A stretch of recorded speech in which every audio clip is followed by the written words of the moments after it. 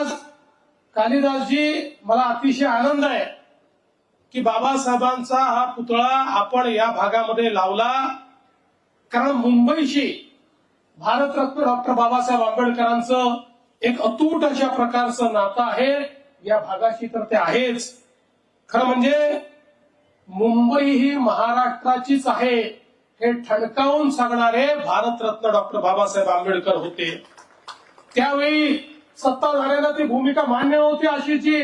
नेहरूजींच्या नेतृत्वामध्ये एक विचार मांडला गेला की मुंबईमध्ये सर्व पंथाचे, सर्व जातीचे आणि सर्व राज्यातले लोक राहतात आणि म्हणून मुंबई ही महाराष्ट्राला देता येणार नाही.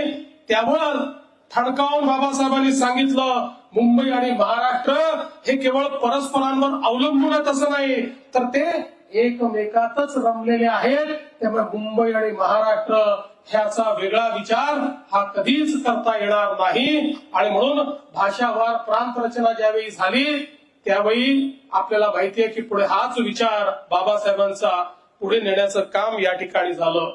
बाबासाहेबांचं मुंबईवर प्रेम होतं आणि मुंबईकरांचं बाबासाहेबांवर विशेष प्रेम होतं.